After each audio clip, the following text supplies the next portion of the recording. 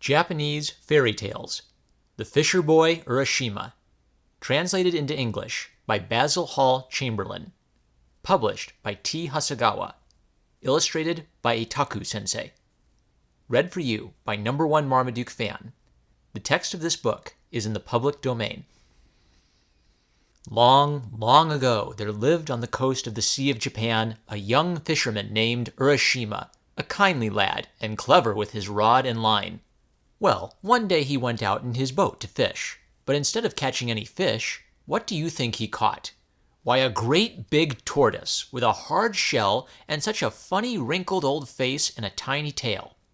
Now I must tell you something which very likely you don't know, and that is that tortoises always live 1,000 years. At least Japanese tortoises do. So Urashima thought to himself, a fish would do for my dinner just as well as this tortoise. In fact, better. Why should I go and kill the poor thing and prevent it from enjoying itself another 999 years? No, I won't be so cruel. I'm sure Mother wouldn't like me to. And with these words, he threw the tortoise back into the sea.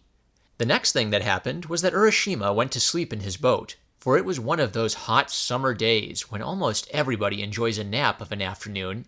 And as he slept, there came up from beneath the waves a beautiful girl, who got into the boat and said, I am the daughter of the sea god, and I live with my father in the dragon palace beyond the waves. It was not a tortoise that you caught just now, and so kindly threw back into the water instead of killing it. It was myself. My father, the sea god, had sent me to see whether you were good or bad. We now know that you are a good, kind boy who doesn't like to do cruel things, and so I have come to fetch you. You shall marry me if you like, and we will live happily together for 1,000 years in the dragon palace beyond the deep blue sea. So Urashima took one oar, and the sea god's daughter took the other, and they rowed and they rowed and they rowed, till at last they came to the dragon palace, where the sea god lived and ruled as king over all the dragons and the tortoises and the fishes. Oh dear, what a lovely place it was! The walls of the palace were of coral. The trees had emeralds for leaves and rubies for berries. The fish's scales were of silver, and the dragon's tails of solid gold.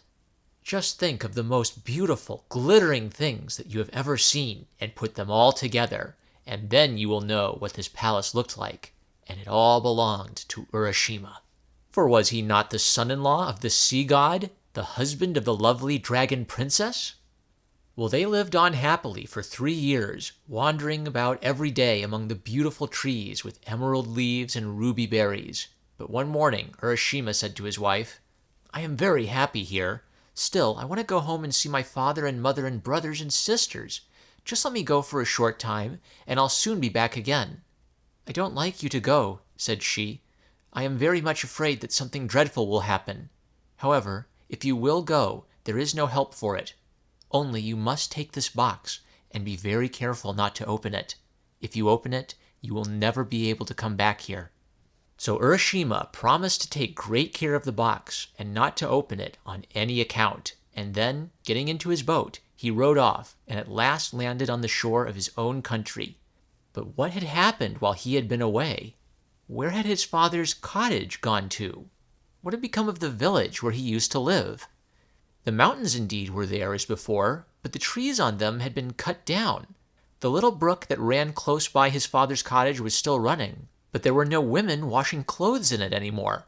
It seemed very strange that everything should have changed so much in 3 short years. So as 2 men chanced to pass along the beach, Urashima went up to them and said, Can you tell me please where Urashima's cottage that used to stand here has been moved to? Urashima, said they. Why, it was 400 years ago that he was drowned out fishing. His parents and his brothers and their grandchildren are all dead long ago. It is an old, old story. How can you be so foolish as to ask after his cottage? It fell to pieces hundreds of years ago. Then it suddenly flashed across Urashima's mind that the sea god's palace beyond the waves, with its coral walls and its ruby fruits and its dragons with tails of solid gold, must be part of fairyland, and that one day there was probably as long as a year in this world, so that his 3 years in the sea god's palace had really been hundreds of years. Of course, there was no use in staying at home, now that all his friends were dead and buried, and even the village had passed away.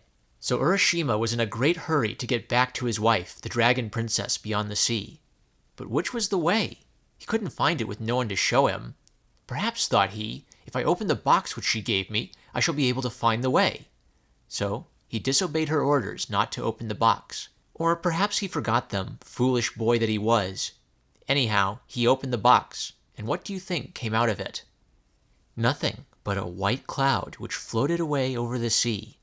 Urashima shouted to the cloud to stop, rushed about and screamed with sorrow, for he remembered now what his wife had told him, and how, after opening the box, he should never be able to go to the sea god's palace again.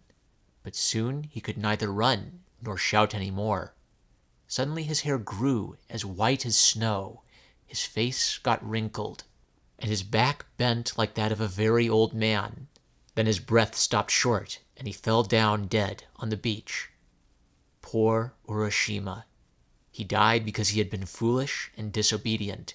If only he had done as he was told, he might have lived another 1,000 years.